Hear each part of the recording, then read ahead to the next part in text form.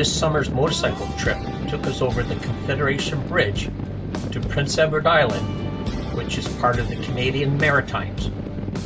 Now, the Confederation Bridge joins eastern Canadian provinces to Prince Edward Island and New Brunswick, making travel throughout the Maritimes easy and convenient.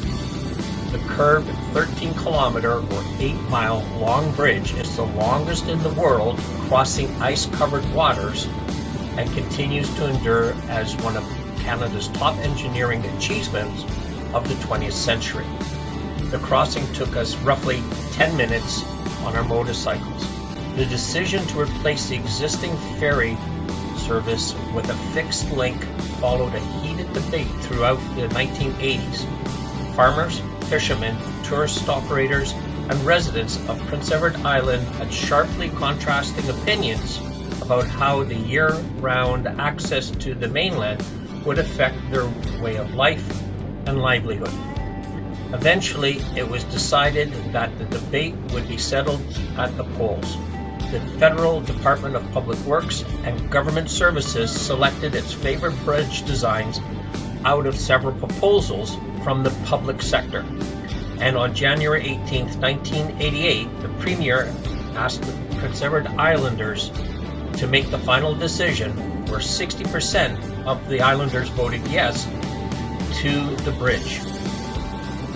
After 4 years of construction using crews of more than 5,000 local workers, the Confederation Bridge opened to traffic in May 31st of 1997. The Confederation Bridge control monitors wind speed 24 hours a day through the use of real-time weather monitoring systems installed on the bridge. Travel restrictions may be enforced when steady winds recorded at the bridge exceed 70 kilometers an hour. Restrictions during these times usually only apply to high-sided vehicles, motorcycles, and vehicles with objects in tow. At the Confederation Bridge, a high-sided vehicle is defined as any vehicle exceeding 7 foot 2 inches or 2.2 meters in height. As a point of reference, most pickups, SUVs, vans, including most 15-passenger vans, fall well below this restriction. For us, our new Class A motorhome would be affected by this restriction. Now, to assist you in traveling, you can download the Confederation Bridge app to stay informed to changing conditions on the bridge.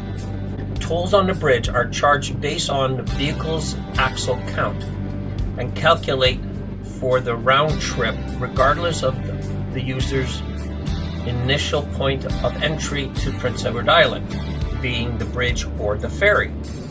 Bridge tolls are collected when leaving Prince Edward Island at the toll plaza in Border Carlton, Prince Edward Island, and are tax exempt. Tolls for the fees per vehicle are $50.25 for the first 2 axles, $8.50 for each axle, and $20 for motorcycles.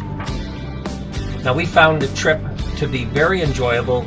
We crossed on a beautiful sunny day, but I tell you, the expansion joints on the bridge when you're riding a motorcycle were pretty hard.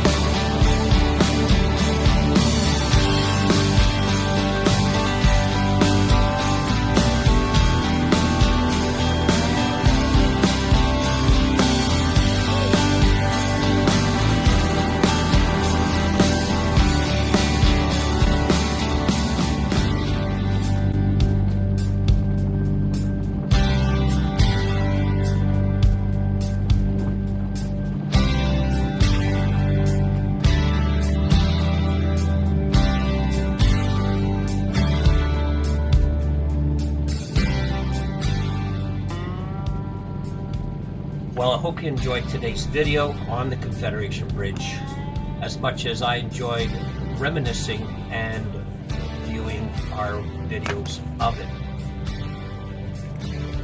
As we close off today's video, as I always say, ride safe, be safe, and we'll see you soon. For Harleys, Diners, Rides, I'm Dave, and take care.